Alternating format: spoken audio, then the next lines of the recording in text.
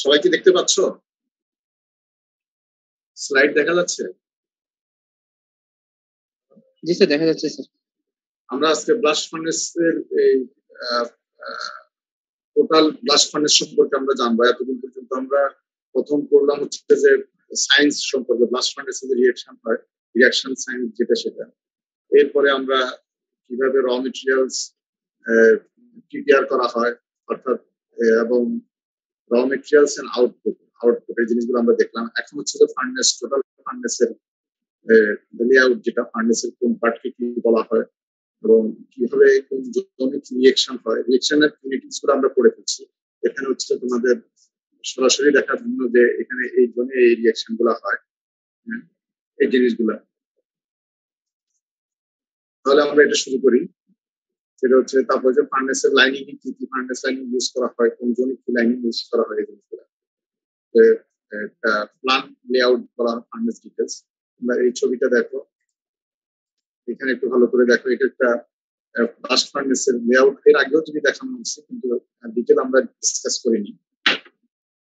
এখানে যেটা দেখা যাচ্ছে, দেখো একটা ব্লাস্ট ফার্নেসের মধ্যে যে কম্পোনেন্ট গুলো থাকে, একটা হচ্ছে যে ব্লাস্ট ফার্নেস প্রপার থেকে, আর গ্যাস ক্লিনিং ডিভাইস। যে গ্যাসটা বের হবে সেখানে একটা ক্লিনিং ডিভাইস, এই যে এখানে এটা দেখাচ্ছে। আবার হচ্ছে যে এয়ার প্রিহিটিং ডিভাইস, এটা হচ্ছে যে এয়ার প্রিহিটিং ডিভাইস। এরপরে যেটা হচ্ছে raw materials storage and heating, এদিকে র মেটেরিয়াল স্টোরেজ করা হয়, তারপর এটাকে প্রিহিট করা হয়।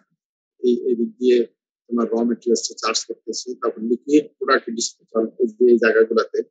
আর একটা হচ্ছে প্রসেসটাকে কন্ট্রোল করার জন্য একটা প্রসেস কন্ট্রোলিং। আগে জিনিসগুলা ম্যানুয়ালি বা সাইডে সেট করা হতো, এখন যেহেতু কম্পিউটার চলে আসছে, কম্পিউটার কন্ট্রোল এই প্রসেস গুলা করা হয়। কিভাবে এই যে চার্জ গুলা যাচ্ছে, চার্জের সিকুয়েন্স গুলা, এবং প্রতিটা সিকুয়েন্সে কি পরিমাণে চার্জ কোনটা যাবে, কতটুকু যাবে, এগুলো সব এখন কম্পিউটার কন্ট্রোল হয়ে যায়।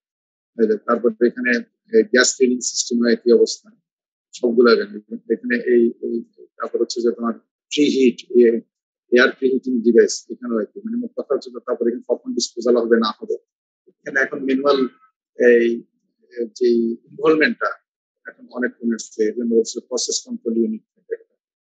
তো estimating arrangements for various sections of the blast furnace এখানে তোমার দেখানো হলো। এখানে আমি একটু বলি, এখানে এই টোটাল যদি শেপটা তুমি দেখো, মেইন যে শেপটা, এগুলো তো হচ্ছে যে তোমার প্রি হিটিং ইউনিট। যে গ্লাসটা এখানে ঢুকতেছে টুয়ার্ডস, এটাকে আগে হিট করে দিতে হবে। কারণ তোমরা দেখছো যে শুরুর দিকে যখন এই স্টিল যখন আসছে, সেখানে কিন্তু লিকুইড করতে পারেনি। কেন করতে পারেনি এটা কি বলতে পারবা না? আমরা যদি ওই ডিফারেন্ট টেম্পারেচার অ্যাটেন্ড করা যাচ্ছে না। হ্যাঁ হ্যাঁ বলো স্যার, ওই যে টেম্পারেচারে মেল্ট হবে, ওই টেম্পারেচারে অ্যাটেন্ড করতে পারতেছিলাম না। কেন পারেনি তখন?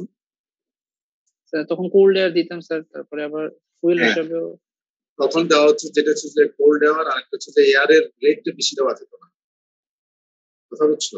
সেই কারণে তখন যেটা হতো, সেই সেটা হচ্ছে তোমার যে আয়রনটা হতো তখন এটা সলিড স্টেট রিডাকশন, অর্থাৎ লিকুইড না হয়েই এটা রিডাকশন হতো।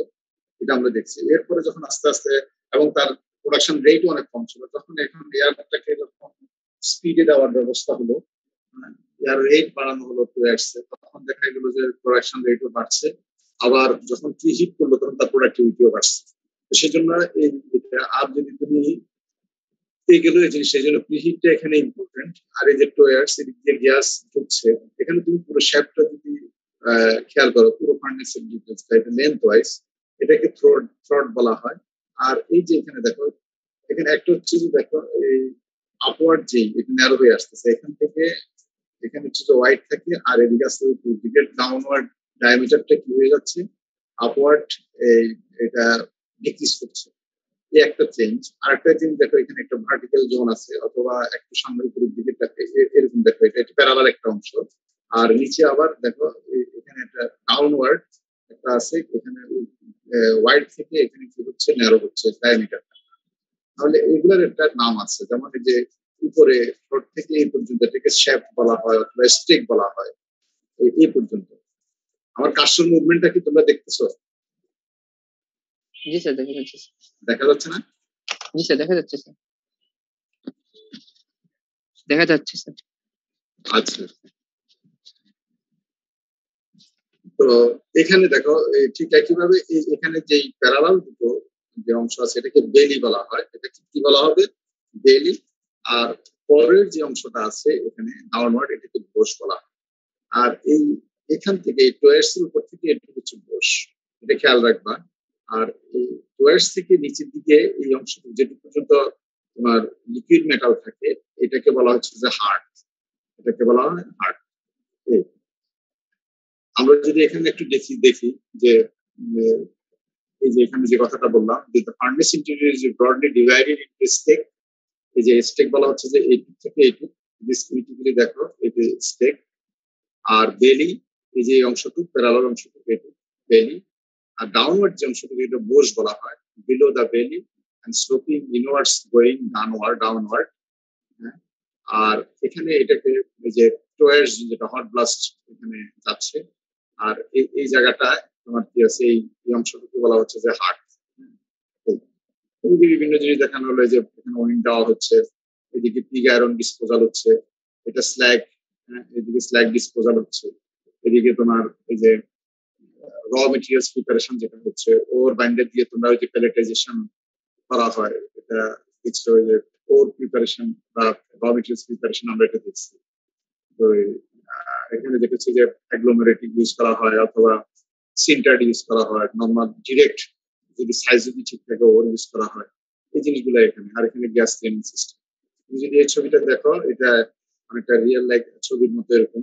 এই যে এখানে খেয়াল করো ওই যে এই জায়গাটা, এগুলো হচ্ছে টোয়ার্স, এগুলা টোয়ার্স, এই যে বোস বেলি, এটাকে অ্যাক্টিভ কারণ বলা, অ্যাক্টিভ কোক বলা হচ্ছে। অ্যাক্টিভ কোক মানে হচ্ছে যে এখানে তোমার বার্নিং হচ্ছে, কোকটা বার্নিং, গ্যাসিফিকেশন হচ্ছে, কোক বার্নিং এ কার্বন ডাইঅক্সাইড হচ্ছে, তারপর আবার আটবার কোকের সাথে রিঅ্যাকশন করে কার্বন মনোক্সাইড হচ্ছে। আর এখানে এটাকে কোহেসিভ জোন বলা হচ্ছে এই জায়গাটাতে। কোহেসিভ জোনটা মানে কি বুঝতে পারতেছো, এটা আমরা এর আগে বলেছিলাম যে যখন লাইন অ্যাড করো যে টেম্পারেচার, এই টেম্পারেচারে এই লাইনটা এটার সাথে মিশে না, স্ল্যাগ পড়াশোনা আমরা দেখছিলাম। কিন্তু আয়রন অক্সাইড এবং সিলিকন যখন থাকে তখন তারা মিলে সহজে এটা লিকুইড হয়ে যায়। তো সেই লিকুইড হয়ে যাওয়ার কারণে পুরো ওটাকে তখন কোহেসিভ করে ফেলে, অর্থাৎ একটু তোমার সিন্টেড মাসের মতো করে ফেলে।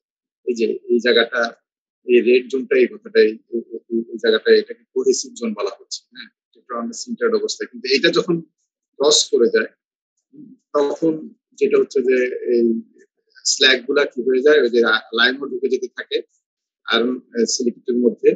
তখন তোমরা এটা দেখছো এর আগে স্ল্যাগের রিয়েকশনে, তখন এটা স্ল্যাগটা লিকুইড হয়ে যায়, তারপর এখানে রিয়েকশন হতে থাকে। আর এখানে তুমি হোয়াইট আর এই ব্ল্যাক যে চার্জিংটা দেখতেছো সেটা হচ্ছে যে এখানে একটা লেয়ার হচ্ছে কোক, আর একটা লেয়ার হচ্ছে তোমার কোর এবং ফ্লাক্সিং মেটেরিয়াল। হ্যাঁ, এইভাবে লেয়ার বাই লেয়ার দেওয়া, এদিকে আস্তে আস্তে নামতে থাকে আর এখানে রিডাকশন হতে থাকে এক সময়। যে আরেকটা জায়গায় দেখো এখানে একটু এই এভাবে করে একটা জোন দেখা যাচ্ছে, এটা কি, এটাকে ডেডম্যান জোন বলা হয়। এটাকে ডেডম্যানটা কি, আমি যদি পরে স্লাইডে যাই এখানে আর একটু ক্লিয়ার হবে। এই যে এটাকে দেখো, এটাকে বলা হচ্ছে যে ডেডম্যান, এটাকে ডেডম্যান জোন বলা হয়। এটাকে ডেডম্যান জোন বলা কেন বলা হয়, এই যে তুমি যে অংশটা দেখতেছো এটা কি, কেউ কি বলতে পারবা এই অংশটা? সেটা এই যে এখানে এই জায়গাটা হচ্ছে তোমার, আসলে এটা হচ্ছে কোক। এটা কি, খুব হাই টেম্পারেচার কোক এখানে থাকতেছে এবং খুব স্ট্রেন। এই কোকটা নর্মালি এই জোনে এতটুকু, এই জোনের মধ্যে যে কোকটা আছে এই কোকটা কখনোই রিডাকশন হয়, এই পাশের গুলা হয়। কেন হয় না, তুমি যখন এয়ার ব্লাস্ট যখন তুমি দিচ্ছ এই অক্সিজেনটা এই পর্যন্ত আসে না, যতটুকু পর্যন্ত অক্সিজেন পাবে ততটুকু পর্যন্তই এটা বার্ন হতে থাকে। কন্টিনিউয়াসলি এদিক থেকে কোক আসতে থাকে, নামতে থাকে, ফাইনালি তোমার এই জোনটায় তোমার এই কোকটা থেকে থাকে, এই কোকটা তোমার বার্নিং হয়। বার্নিং হওয়ার কারণে একটা সুবিধা কি, একটা সুবিধা যেটা হচ্ছে যে উপরে যে চার্জ গুলা দিচ্ছ এই চার্জ গুলা কিন্তু এই কোকটাই তোমার ধরে রাখতেছে। প্লাস আবার এই পারমিয়াবিলিটি যেটা হলো, এই কোকটা হচ্ছে যথেষ্ট পোরাস হয়, যার ফলে এদিকে যে আয়রন হচ্ছে, লিকুইড আয়রন হচ্ছে, সেগুলো আস্তে আস্তে এর মাঝে দিয়ে আস্তে আস্তে ড্রপ বাই ড্রপ নিচে তোমার চলে আসতেছে, যে স্ল্যাগ হয়ে তোমার হাঁটতে চলে আসতেছে, অর্থাৎ লিকুইড মেটাল। এখানে আগেরটাই একটু বড় করে দেখানো হলো, এটা স্টেক তোমরা জানো, এটা হচ্ছে বেলি, এটা বোস, আর এটা হচ্ছে টয়ার্স। টয়ার্স এর নিচে যে তোমার মেটাল স্টোর হয় সেটাকে আমরা বলতেছি হচ্ছে যে এখানে একটা হার্ট, এখানে হচ্ছে এটা হার্ট। হার্টের মধ্যে দুটো লেয়ার, একটা হচ্ছে লিকুইড মেটালের জন্য আর একটা সিলিকন। আর এখানে বড় করে যে জিনিসটা এখানে দেখানো হবে cross section, circular cross section, এটা টয়ার্স। টয়ার্স কিন্তু একটা থাকে না, এই টয়ার্স এরকম অনেকগুলো টয়ার্স থাকে, চারিদিক থেকে কোনো থাকে। আর এটা যদি তুমি ভার্টিক্যালি তুমি যদি এটাকে ক্রস সেকশনটা আনো, ব্যাপারটা হচ্ছে যে এরকম যে বোস প্লেট, এই যে এরকম একটা জিনিস। এগুলা এগুলা সিম্পল না, যে এগুলাও এখানে এই ডিজাইনটাও ওইগুলা পার্টিকুলার একটা ডিজাইন করতে হয় অপটিমাম ব্লাস্ট এখানে দেওয়ার জন্য, এবং ব্লাস্ট ভিতরে ঢুকবে যে তার কতটুকু দিয়ে সে কাভার করবে, এগুলা এখানে যে নজল আছে ভিতরে, এই নজলের তোমার সাইজ শেপের উপর ডিপেন্ড করবে। আমরা এত ডিটেল আর করবো না। এখানে একটা টেবিল দেওয়া আছে, এই টেবিলটা তোমরা একটু মাথায় রাখার চেষ্টা করবে, একদম হুবহু মনে রাখার দরকার নেই, কিন্তু একটা রেশিওটা মাথায় থাকলে ভালো। যেমন এখানে একটা বলা হচ্ছে যে একটা ব্লাস্ট ফার্নেস যেটা 2000 টন পার ডে প্রডিউস করবে, তো এটা এবং তার ইনসাইড যে তোমার ইয়ে আছে ভলিউম, সে ভলিউম হচ্ছে 200 মিটার। এরকম একটা ফার্নেস তার ওই ডিমেনশন কি হবে, এটা টিপিক্যাল একটা ডিমেনশন এখানে দেওয়া হয়েছে। যেমন হার্ট ডায়া, হার্ট কোনটা এই যে এটা হার্ট ডায়া বলছে যে 8 থেকে 9 মিটার। 8 থেকে 9 মিটার কতটুকু হবে, কত ফিট 8 থেকে 9 মিটার?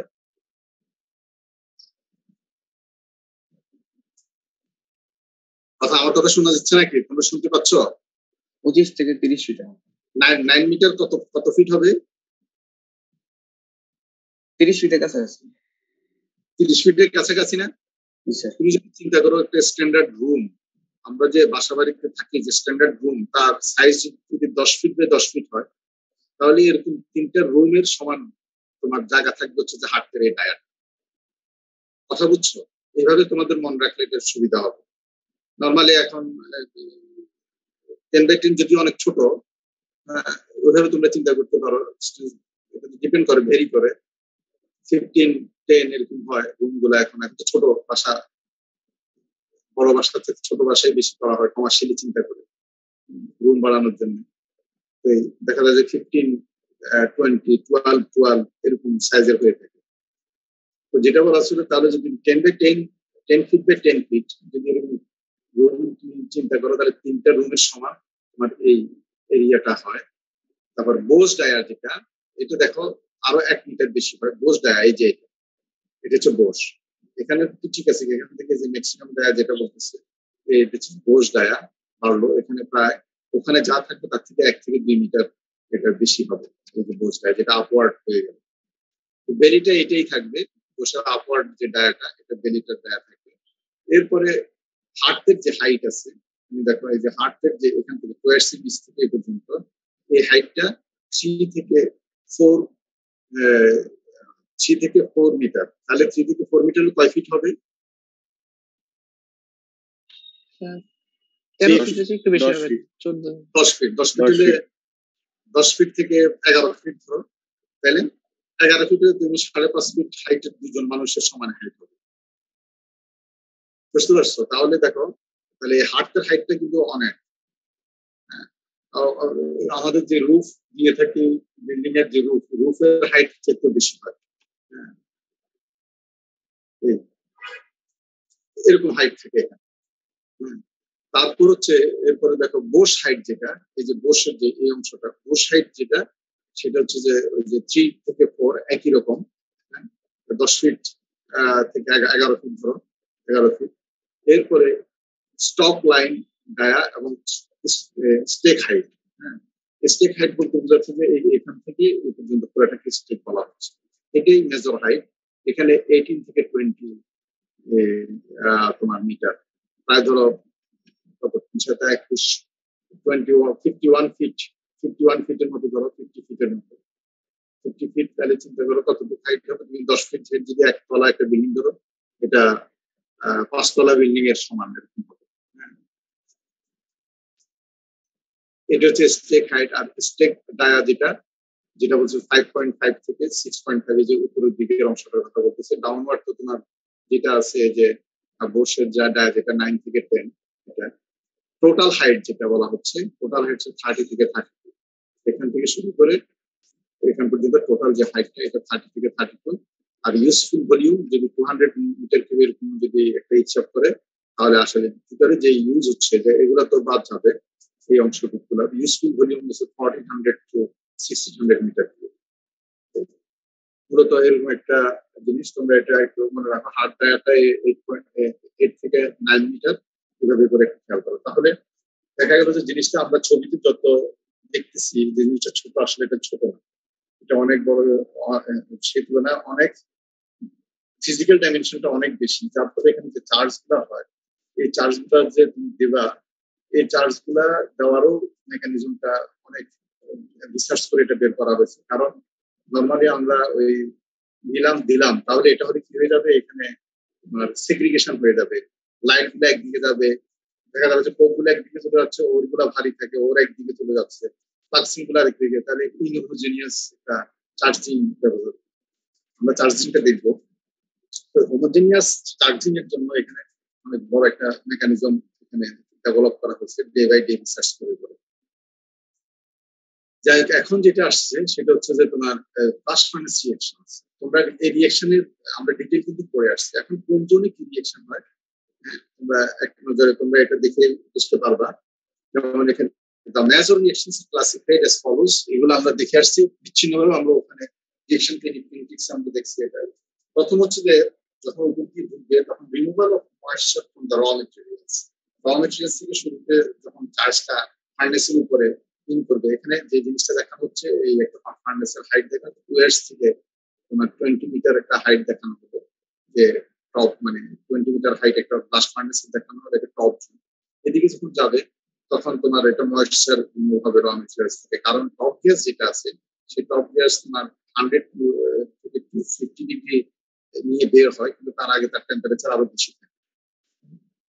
তো সেই টেম্পারেচারে তোমার কিভাবে ময়েশ্চার রিমুভ হবে। তারপর হচ্ছে reduction of oxide, iron oxide by carbon monoxide, iron oxide step by step carbon monoxide দিয়ে রিডাকশন হবে। তারপর হচ্ছে gasification of carbon by carbon dioxide, হ্যাঁ। তারপর হচ্ছে ডিসোসিয়েশন অফ ক্যালসিয়াম কার্বনেট, সেটা ওইটা এখানে টেম্পারেচার প্রথমে ক্যালসিয়াম অক্সাইড এবং কার্বন ডাইঅক্সাইড হয়ে যাবে। তারপর reduction of iron oxide by carbon, reduction of some other oxides of ore by carbon, combustion of coal and coke in front of flares. আমরা এই জিনিসগুলো আগে এই রিঅ্যাকশন গুলো ডিটেইল দেখছি। এখন আমরা ওই রিঅ্যাকশন ডিটেইলটা কিনেটিক্স আমরা দেখবো না, রিঅ্যাকশন মেকানিজমটা আমরা দেখবো না। এখন আমরা দেখবো কোন জোনে কি হচ্ছে এটা মনে রাখবো। The output from the furnace আর ফার্নেস থেকে কি আউটপুট আমরা আগে যে ক্লাসটা আমরা করে আসছি সেখানে আমরা ডিসকাস করছিলাম যে মোল্টেন মেটাল হয়, মোল্টেন স্ল্যাগ হয়, ওখান থেকে গ্যাস বের হয়ে আসে, সেই গ্যাসের টেম্পারেচার 150 থেকে 200 ডিগ্রি সেন্টিগ্রেড থাকে। এখন সেখানে কার্বন মনোক্সাইড থাকে, কার্বন ডাইঅক্সাইড থাকে, নাইট্রোজেন, ময়েশ্চার এবং ডাস্ট পার্টিকেল থাকে। এটা আমরা গত ক্লাসে নিয়ে ডিসকাস করছি। এবং এই গ্যাস কম্পোজিশনটা আমরা বলছি এটা ডিপেন্ড করে ওখানে, এবং স্ল্যাগ কম্পোজিশন এগুলো ডিপেন্ড করে, মোল্টেন মেটাল এগুলো ডিপেন্ড করে হচ্ছে কি বার্ডেন, কি র মেটেরিয়াল ইউজ করছে সেগুলোর উপর।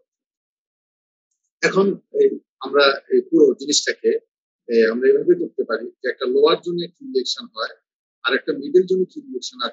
মিডল মানে এই জায়গাটাতে যেখানে তোমার কোষ বেলি যে জায়গাটা আছে, আর আপার জন্য কি হয়, মানে এই তিনটা জোনে কি রিঅ্যাকশন হয় সেটা আমরা এখানে এখন দেখব। Reactions in the lower zone বলতে বোঝাচ্ছে যে 3 to 5 meters extended from the towards level, এই যে এখানে 3 থেকে 3 থেকে 5, মানে তার মানে এখানে তোমার তুমি বলতে পারো যে বোস বেলি এই লেভেলে তোমার রিঅ্যাকশন হয়। বোস বেলিতে টেম্পারেচার কত থাকে, এই যে অ্যারাউন্ড এখানে এই জায়গাটা, এখান থেকে শুরু করে এই জায়গা, এটা পরে আসছি। তো তাহলে এখানে যে রিঅ্যাকশন গুলো হয়, রিঅ্যাকশন গুলো দেখো, এই রিঅ্যাকশন গুলো আমরা আগে অনেকবার পড়ে আসছি, হ্যাঁ। সেই রিঅ্যাকশন গুলো এখানে এন্ডোথার্মিক ক্যালসিনেশন হয়, এটা নিচের থেকে শুরু হচ্ছে।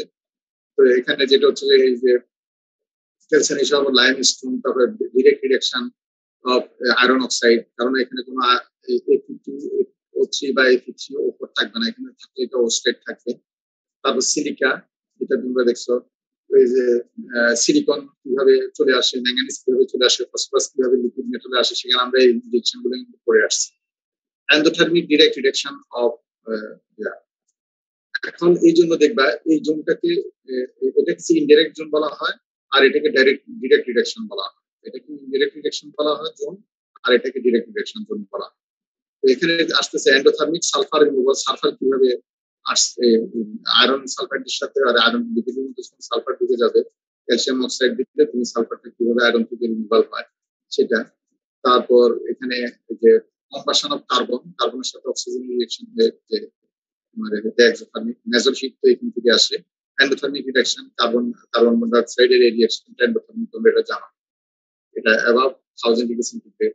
আবার ময়েশ্চার যেটা হয়, ময়েশ্চারটা এরকম তোমার হয়ে যায় কার্বনের সাথে ইয়া হয়ে, এটা তোমরা দেখছো above 1000 degree centigrade carbon monoxide. এগুলো হচ্ছে যে তোমার এই লোয়ার পার্টের যে রিঅ্যাকশন, এটা কতটুকু হবে 3 থেকে, এবং এখানকার টেম্পারেচার তো molten metal temperature 400 to 450 degree centigrade. তাহলে ফাইনাল টেম্পারেচার অফ আয়রন হচ্ছে যে কত 1350 থেকে 1450 এবং স্ল্যাগ হচ্ছে এর থেকে কত 50 থেকে 100 ডিগ্রি স্ল্যাগের টেম্পারেচারটা বেশি থাকে। কারণ স্ল্যাগের টেম্পারেচার কি জন্য বেশি থাকবে, স্ল্যাগটা হচ্ছে যে হটার জোনের সবচেয়ে হাই টেম্পারেচার যে জোন তার অ্যাডজাস্টিং এরিয়া হচ্ছে স্ল্যাগ। স্ল্যাগের পরে আয়রন, এর মাঝে টেম্পারেচার কিছু লুজ করে আয়রনের টেম্পারেচারটা 50 থেকে 100 ডিগ্রি।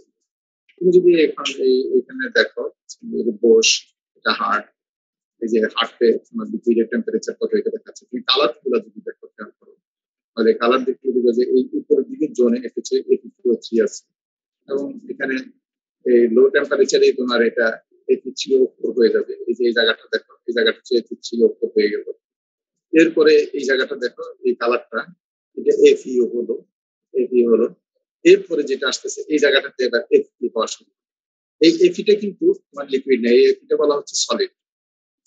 যখন আরো নিচে নামবো তখন এই এফিটা দেখো, এখানে আর কোনো আয়রনের কিন্তু কালার নাই, আয়রনের লিকুইড আয়রন কালার এটা এখানে হচ্ছে যে এফি, এটা সলিড আয়রন, এটা রিডিউস যে আয়রনটা হলো ওস্টাইড থেকে যেটা আয়রন হলো এই জায়গায় আছে, কিন্তু মাঝখানে কোনো আয়রনের দেখাচ্ছে না। এদিকে না সলিড আছে না লিকুইড আছে, তো এটা কেন, এখানে কি তাহলে আয়রন নাই? কে বলতে পারবে এটা? আমার কথা শুনতে পাচ্ছ? হ্যাঁ,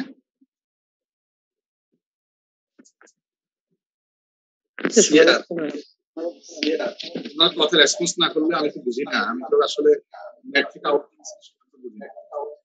স্যার এইটা কি ডেড ম্যানস জোন এর জন্য? স্যার এটা কি dead man's? Dead man zone তো পুরোটুক না, ডেড ম্যান জোন তো মাঝখানে এত জায়গায়, ডেড ম্যান জোন তো এখানে দেখো এই কালারটা নাই, তো কোনো আয়রনের এক্সিস্টেন্স দেখা যাচ্ছে না, কালার থেকে বোঝা যাচ্ছে না, এখানে কোথায় যাবে আয়রন? এইটা হচ্ছে সলিড, এই জায়গাটা উপরে সলিড, এটা হচ্ছে লিকুইড, মাঝখানে কিছুই নেই দেখাচ্ছে, তাহলে এটা কেন? এখানে তাহলে কোনো আয়রন থাকবে না? কে বলতে পারো? কোশ্চেনটা আরেকবার করা যাবে স্যার? হ্যাঁ বলো। কোশ্চেনটা আরেকবার বলা যাবে স্যার? হ্যাঁ,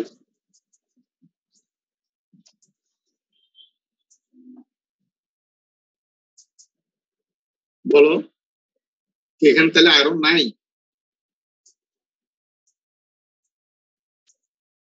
কথা বলো, কি কেউ বলতে পারবে না? স্যার কোশ্চেনটা আরেকবার একটু বলুন স্যার, রিপিট করেন স্যার একটু কাইন্ডলি। কোশ্চেনটা ছিল হচ্ছে যে তোমার এই যখন নিচের দিকে নামছে আয়রন অক্সাইড থেকে আয়রন হয়ে গেল, এই যে এই কালারটা এখানে আছে দেখো, এই যে আয়রন হয়ে গেল মানে কি, এটা সলিড আয়রন হলো, কারণ এখানে টেম্পারেচার কম, লিকুইডে হওয়ার মতো। আবার এখানে যেটা দেখা গেল যে এই কালারটা দেখো শুধু এখানে আছে, এটা লিকুইড আয়রন, তার মানে এখানে সলিড আয়রন, এখানে লিকুইড আয়রন, মাঝখানে তো কোনো এরকম কালার নাই, আয়রন দেখা যাচ্ছে না। তো আসলে কি এখানে আয়রন নাই?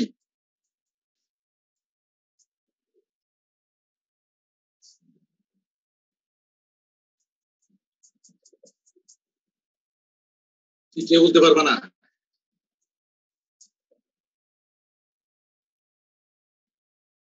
ওখানে স্ল্যাগ আছে না? স্ল্যাগের কথা আমরা বলছি না, এখানে আমরা আয়রনের কথাটাই বলছি, স্ল্যাগ তো এখানে দেখানো হয়নি।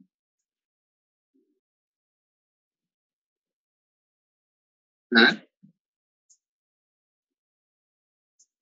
এখানে আয়রন আছে, কিন্তু এখানে আয়রনটা এরকম একসাথে নাই। এখানে তো সলিড যখন হয়েছে ওর মধ্যে এখানে সলিড অবস্থা আছে, কিন্তু যখনই এই জোনটা ক্রস করতেছে, টেম্পারেচার রেস করতেছে, এই আয়রনটা লিকুইড হয়ে যাচ্ছে। আর লিকুইড আয়রন এখানে জমা হচ্ছে না, এখানে ড্রপ বাই ড্রপ এখানে থ্রু দ্য কোপ আস্তে আস্তে ট্রান্সফার হচ্ছে, সেজন্য এখানে তোমার দেখানো হয়নি। আমাদের ট্রাফিক জ্যামের মতো অবস্থা।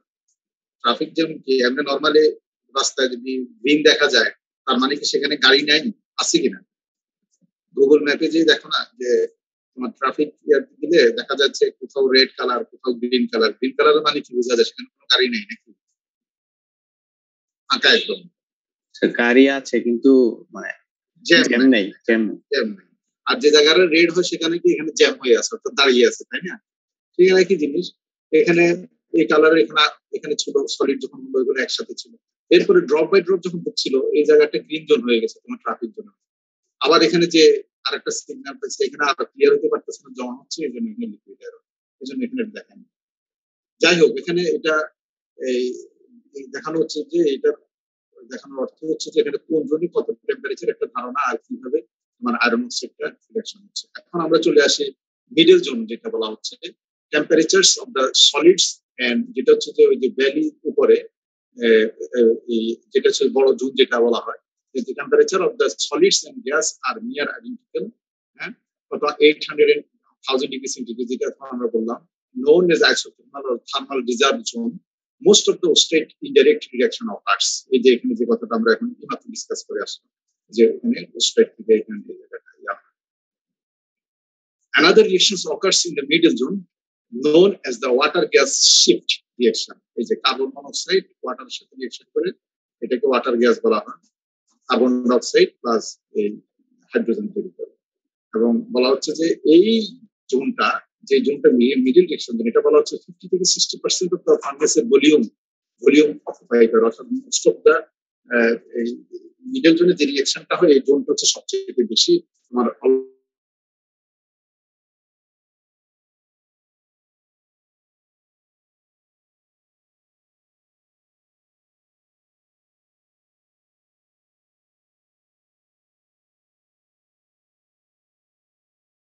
অলমোস্ট যত টোটাল ভলিউম আছে তার 50 থেকে 60% এই যে উপরের পাশ থেকে আছে, কোথায় গেল যে এখান থেকে উপরের দিকে, এটা আপার জোন বলা হয়, প্রিপারেশন জোন। অর্থাৎ এখানে উপর থেকে যে চার্জ গুলো আসতেছে, সেখানে যেহেতু হাই টেম্পারেচারে গ্যাসটা যাচ্ছে, এখানে হিটিং হয় এবং টেম্পারেচার ফলস ফ্রম এই জায়গাটার মধ্যে, মানে শুরু হয় 800,000 থেকে, এরপরে যখন এটা বের হয়ে যায় একদম উপরের দিকে, টপের দিকে যায় জোনটা, একদম টপ জোনটা, সেখানে 100 থেকে 250 ডিগ্রি সেন্টিগ্রেড। এটা আমরা দেখছি যে গ্যাসটা বের হচ্ছে, তার টেম্পারেচারটা এরকম, সেখান থেকে এটা ইন্ডিকেট করা যায়। এখানে কি রিঅ্যাকশন করতে পারে? এখানে প্রথম যে রিঅ্যাকশনটা করে, যে decomposition of carbonates other than that of calcium. Calcium ছাড়া অন্য কোনো কার্বনেট থাকতে আমরা দেখছি ম্যাগনেসিয়াম কার্বনেট, ম্যাঙ্গানিজ কার্বনেট থাকতে পারে, বা বিভিন্ন ধরনের কার্বনেট থাকতে পারে। আদার্স কার্বনেট গুলো এই জন্য ডিকম্পোজ করে। তারপর vaporisation of moisture and hydrated water in the of the বার্ডেনের মধ্যে যদি তোমার কোনো অ্যাবজর্ব ময়েশ্চার থাকে অথবা কোনো ওয়াটার থাকে, সেটা তোমার কিভাবে ভেপারাইজেশন হবে। এরপরে কার্বন ডিপোজিশন, এই যে হয়, কার্বন ডিপোজিশন কেন হয় এখানে এটা বলো, এটা তোমরা এটা কেন হবে কার্বন ডিপোজিশন এই জন্য, তাড়াতাড়ি বলো। বর্ডওয়ার্ড রিঅ্যাকশনের কারণে। বর্ডওয়ার্ড রিঅ্যাকশনে তোমরা দেখছো টেম্পারেচার যখন 1000 ডিগ্রি সেন্টিগ্রেডের নিচে চলে যায় 1 অ্যাটমসফিয়ার প্রেসারে, তখন এই কার্বন মনোক্সাইড ব্রেক করে কার্বন ডাইঅক্সাইড এবং কার্বন ডিভিশন হয়। Partial or complete reduction of hematite and magnetite to their lower oxide. তোমার কিছুটা হেমাটাইট এবং ম্যাগনেটাইট এগুলা তাদের লোয়ার অক্সাইড, হেমাটাইট হলে সেটা ম্যাগনেটাইট হয়ে যাবে মেজর পোর্শন, আবার ম্যাগনেটাইট থেকে কিছু কিছু তোমার পোস্টাইট হবে। আরো যখন টেম্পারেচার নিচের দিকে নামবে, তখন এই ম্যাগনেটাইট থেকে সেটা আবার পোস্টাইট হয়ে যাবে। ফাইনালি তো তোমরা দেখছো যে পোস্টাইট থেকে সলিড স্টেটেই হয়ে যাবে, আয়রন হয়ে যাবে। It takes about, এটা খেয়াল করো, 6 to 8 hours for the burden to descend from the top to the tower level. বলা হচ্ছে যে তুমি যখন এই বলা হচ্ছে শুরু থেকে, আমি যদি এখানে যাই, এইখান থেকে শুরু করে টয়ার্স লেভেল পর্যন্ত আসতে একটা চার্জ দিচ্ছে, যে চার্জটা এখানে আসতে 8 থেকে 8 to 10 আওয়ার্স সময় তোমার এখানে লাগবে, এই কথাটা বলবো, বা 6 to 8 আওয়ার্স সময় লাগবে। এখন কিছু আমরা মডার্ন ব্লাস্ট ফার্নেসের সাইজ সম্পর্কে আমরা ডিসকাস করবো। ওখানে আমরা এর আগে যেটা টেবিলে দেখানো হয়েছিল ভলিউম হিসেবে 2000 মিটার কিউব একটা ভলিউম দেখানো হয়েছিল। এটা এখন ডেভেলপ হয়েছে এবং যেমন এখানে যেটা বলা হচ্ছে যে সাউথ কোরিয়ায় পোস্কো সাউথ কোরিয়া তাদের হার্ড ডায়ামিটার ইউজ করছে। আমরা আগে যেটা হচ্ছে হার্ড ডায়ামিটার সম্ভবত আমরা 8 মিটার দেখছিলাম। দেখি হার্ড হাইট হার্ড ডায়ামিটার এই যে 8 থেকে 9, এখন সেটা বাড়িয়ে কত আসলো 9 থেকে 13। দেখো 9 থেকে 13 চলে আসছে। তো বলা হচ্ছে যে সারা ওয়ার্ল্ডে এখন 700 ব্লাস্ট ফার্নেস অপারেশনে আছে এবং সেগুলোর যদি টোটাল তুমি যদি একটা প্রোডাকশন রেট যদি হিসাব করো পার ফার্নেসে 668,000 টনস পার ফার্নেস হয় এবং পার ডেতে যদি পার ফার্নেস পার ডে কত করে সেটা বলা হচ্ছে যে 1830 টনস পার ডে প্রডিউস করে এভারেজ। তো ব্লাস্ট ফার্নেস সাইজের মধ্যে এখানে বলা হচ্ছে বিভিন্ন ওয়ার্ল্ডে যে হচ্ছে সবচেয়ে বেশি দেখা যাচ্ছে যে বোসান নাম্বার 3, এটা ওরা মডিফিকেশন করে রিসার্চ করে করে বাড়ায় 1 2 3 এরকম। এখন 3 চলতেছে, সেটা বলা হচ্ছে 400 মিটার কিউব। আমরা যেটা তোমাদেরকে ওখানে ডিমেনশনটা দেখেছিলাম এগুলোর মধ্যে এটা ছিল 200 মিটার কিউব। তাহলে এখন সবগুলাই তোমার যে জোন টু জোন ডিমেনশনটা তোমার বাড়তে থাকবে। পোস্কো যেটা সাউথ কোরিয়া এখানে যেটা বলা হচ্ছে তাদের হচ্ছে যে অলমোস্ট চায়নার এটা সমান। তারপর তাইওয়ানের যে স্টিল সেখানে 300, টাটা স্টিল আমাদের পাশের দেশে ইন্ডিয়ায় সেখানে 2300 মিটার কিউব। এখানে একটা পারফরমেন্স অফ ব্লাস্ট ফার্নেস একটা টেবিল দেওয়া আছে, তোমরা একটু দেখবে। যেমন এখানে প্রোডাকশন রেট, এখানে যে সাউথ কোরিয়ার এটা দেওয়া আছে, তারপর নেদারল্যান্ডস এর, তারপর হচ্ছে জাপানের আবার দুটো দেওয়া আছে এটা কোম্পানি হিসাবে। কিমুরসা একটা কোম্পানি, আর কিছু নিপ্পন স্টিল, তোমরা নিপ্পন স্টিল নাম শুনছো, টাটা স্টিলের নাম শুনছো ইন্ডিয়ার। এখানে এগুলা কম্পারিজন একটু তুলে ধরা হয়েছে প্রোডাকশন কত। সবচেয়ে তুমি যদি দেখো জাপানের এগুলোর প্রোডাকশন রেট সবচেয়ে বেশি, নিপ্পন এগুলোর production rate high. Inner volume যদি চিন্তা করো এদের ইনার ভলিউম এই দুটারই বেশি। ওয়ার্কিং ভলিউম এখানে বেশিরও ওয়ার্কিং অবশ্যই বেশি। দিক থেকে দেখা যাচ্ছে যে তোমার নেদারল্যান্ডস যেটা আছে ওটা বেশি পাওয়া যায়। এবং টপ প্রেশার, এই যে টপ প্রেশার সবচেয়ে বেশি এগুলার, ইন্ডিয়ারটা কম। আচ্ছা, এই টপ প্রেশার কম বেশি হওয়ার কারণে সিলিকনের কি কোনো এফেক্ট আছে?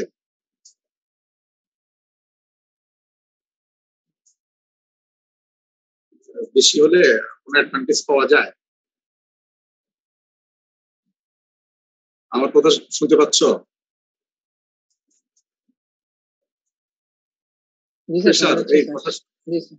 টপ প্রেশার বেশি হলে, যেখানে টপ প্রেশার যে বেশি দেখাচ্ছে ওরা, এদের কম, টাটার অনেক কম, নেদারল্যান্ডস এর এটারও কম কম্পারিটিভলি, কিন্তু এদের অনেক বেশি। যেমন কোরিয়ার এদের কোনো অ্যাডভান্টেজ পাওয়া যায়?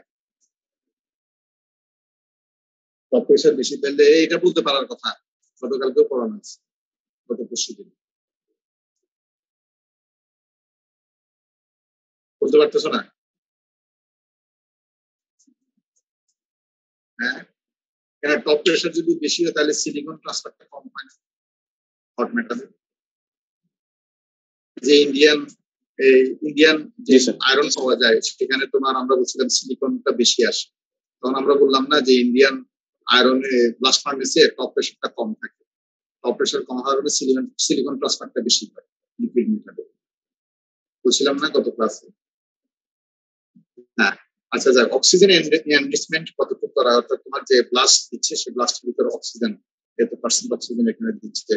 তারপর এখানে বার্ডেন প্রিপারেশনে সিঙ্কার কত পার্সেন্ট ইউজ করতেছে, ওর কত পার্সেন্ট, তারপর অ্যালুমিনিয়াম, এগুলা তুমি দেখো কোক অ্যাশ। দেখো এরা যে কোক অ্যাশ ইউজ করতেছে, দেখো নিপ্পন এবং জাপানের যে কিমুরসা যেটা, সেটা সবচেয়ে কম। আর ইন্ডিয়ান যে কোক ইউজ করা হয় তার ভিতরে অ্যাশটা বেশি। অর্থাৎ ইন্ডিয়ার এটাতে সিলিকনটা বেশি আসবে হট মেটালে। সেই জন্য করতে গেলে ইন্ডিয়ান আবার টপ প্রেশার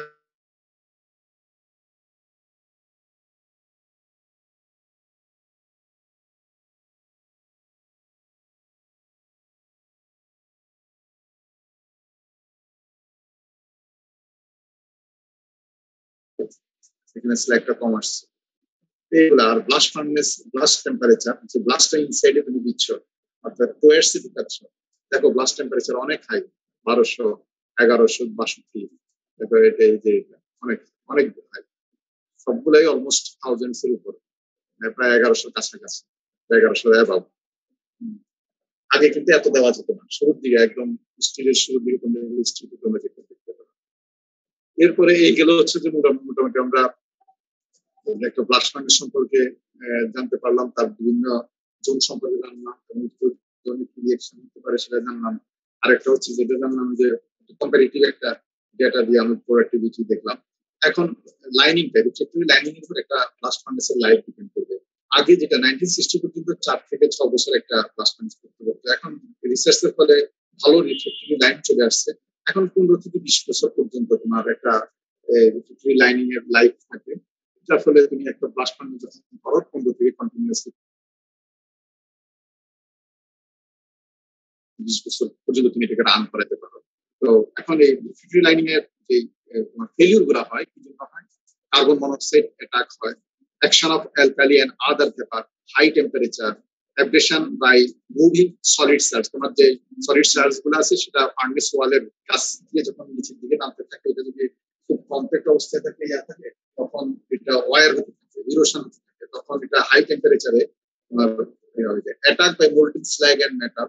তোমার এই হাই টেম্পারেচারে রিফ্লেক্টরি টেম্পারেচারও যদি হাই থাকে এবং স্ল্যাগের টেম্পারেচার তো সেটা একটু লিকুইডই থাকবে, এগুলো যদি সরাসরি তোমার রিফ্লেক্টরির কন্ট্যাক্টে আসে তখন দেখা যায় যে হাই টেম্পারেচারে তখন এখানে কেমিক্যাল রিঅ্যাকশন হওয়া শুরু হয়, হয়ে আস্তে আস্তে ওয়ার হতে থাকে। তারপর আবার এটা ডিপেন্ড করবে ফার্নেস ডিজাইন এবং অপারেশনের উপরও। ফার্নেস আমরা দেখবো অপারেশনটা বিভিন্ন ইরেগুলারিটিস থেকে, এগুলো যদি প্রপারলি না হয় তখন তোমার লাইনিংটা তাড়াতাড়ি ফেল করে যায়। কি কি রিফ্লেক্টরিজ ব্লাস্ট ফার্নেস ইউজ করা হয়? ব্লাস্ট ফার্নেসে যেহেতু তোমরা দেখছো যে ব্লাস্ট ফার্নেসে এক একটা জোনে এক একটা হাইট, টপ টু বটম, টপে সবচেয়ে টপ জোনটায় টেম্পারেচার কম থাকে, মিডল জোনে বেশি থাকে, বোস টুয়ার্ডস এর উপরে সবচেয়ে বেশি থাকে, হ্যাঁ, এরপরে টুয়ার্ডস এর নিচে যে আবার টেম্পারেচার কমতে থাকে। অতএব এখানে আবার উপরের দিকে সলিড থাকে, কিন্তু বোস এর নিচে টুয়ার্ডস এর উপরে তখন লিকুইড ম্যাটার আস্তে আস্তে ড্রপ হয়ে যে ড্রপ হতে থাকে।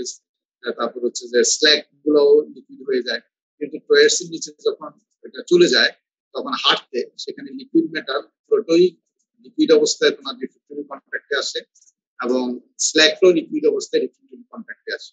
তাহলে একটা হচ্ছে যে মেটালের লিকুইড মেটালের কন্ট্যাক্টে আসা এবং টেম্পারেচার, এই দুটোর উপর ডিপেন্ড করে ব্লাস্ট ফার্নেসে বিভিন্ন জনে বিভিন্ন ধরনের রিফ্লেক্টর ইউজ করা হয়। যেমন আপার স্টিকে এখানে বলা হচ্ছে ordinary fire clay bricks containing 40 থেকে 45% অ্যালুমিনা।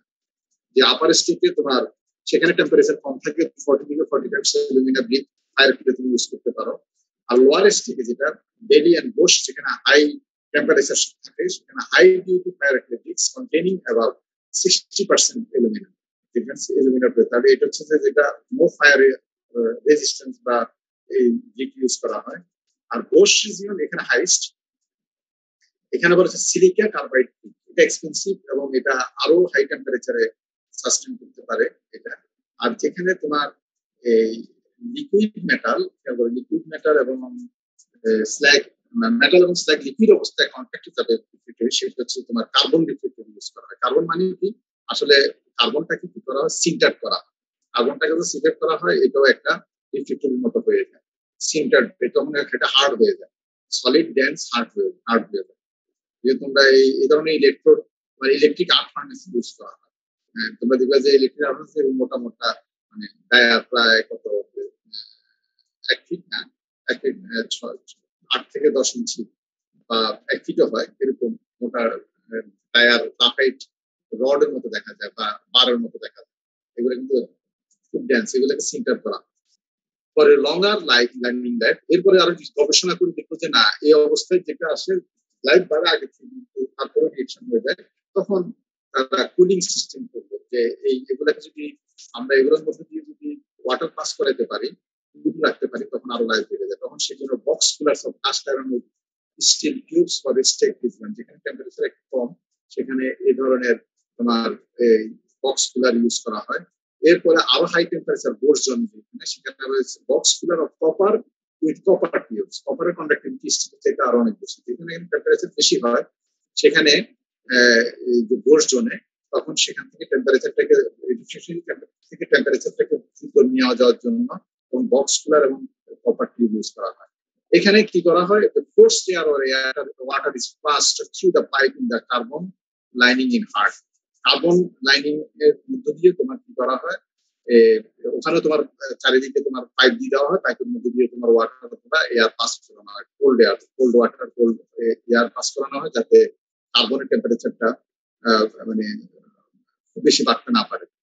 এর মেজর প্রবলেম ইনসার্টিং পাইপিং হচ্ছে এই যে পাইপগুলো দেওয়া হয় এখানে একটা প্রবলেম আছে। সেই প্রবলেমটা কি, the deposition of insoluble salt in the inside wall of the tube. যখন এই টিউব হাই টেম্পারেচার তো নিচ্ছে, ওখানে টিউবের টেম্পারেচারটা বেশি থাকবে, এই অবস্থায় তোমার ওয়াটার কি হয়ে যায়, ওয়াটার তোমরা জানো যে ওয়াটার ভিতর তোমার সলিউবল সল্ট থাকে, কিন্তু টেম্পারেচারের সাথে সাথে আবার ইনসলিউবল হয়ে ডিপোজিট হতে থাকে ওয়াটার টিউবের মধ্যে হাই টেম্পারেচার। এটা যদি হয় তাহলে দেখা যাবে যে কিছুক্ষণ পরে বা কয়েক বছর পরে এটা টিউবটার ভিতরে ডায়ার কমে যাচ্ছে, যে পরিমাণে তোমার ওয়াটার সার্কুলেট হওয়ার কথা ওয়াটার ওইভাবে সার্কুলেট হচ্ছে না, তখন টেম্পারেচারটা বেড়ে যাবে, বেড়ে গেলে তখন আবার লাইনিং একটা কমে যাবে। In order to avoid this problem only, demineralized or cold water should be used. এই জন্য বলা হচ্ছে যে এইটা যখন এইটাকে ইউজ করার জন্য তোমার ওয়াটারটাকে তোমার সবসময় কুল রাখতে হবে। ওয়াটার যদি হাই হয় তখন কিন্তু ওই যে ওয়াটার গুলা সল্ট গুলা তোমার ডিপোজিট হওয়া শুরু করে। এখানে যেটা বলা হচ্ছে যে হট ব্লাস্ট,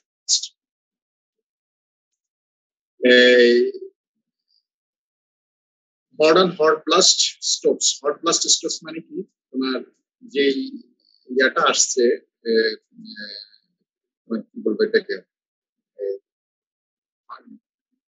ব্লাস্ট ফার্নেসের যে গ্যাসটা আসছে সেই গ্যাসটাকে তোমার এখানে এই চেম্বারটার মধ্যে এটা বার্নিং করা হয়। সেখানে বার্নিং এর মধ্যে কি আছে, কার্বন মনোক্সাইড। এমনি টেম্পারেচার 150 থেকে 200 ডিগ্রি সেন্টিগ্রেড টেম্পারেচার নিয়ে আসতেছে, কার্বন মনোক্সাইডকে বার্ন করলে এখানে টেম্পারেচার আসবে। টেম্পারেচার যখন আসবে এই টেম্পারেচারটা এই হাই টেম্পারেচার ব্লাস্টটা তখন এই দিকে যাবে, তখন এই রিফ্রিজারেটরটাকে যখন সে গরম করতে থাকবে, এটা ওয়ার্ম হতে থাকবে, হিট হতে হতে এটা 1200 পর্যন্ত চলে যায়, 1300 পর্যন্ত চলে যায়। যখন এরকম আসবে তখন এটাকে স্টপ করে দেওয়া হয়।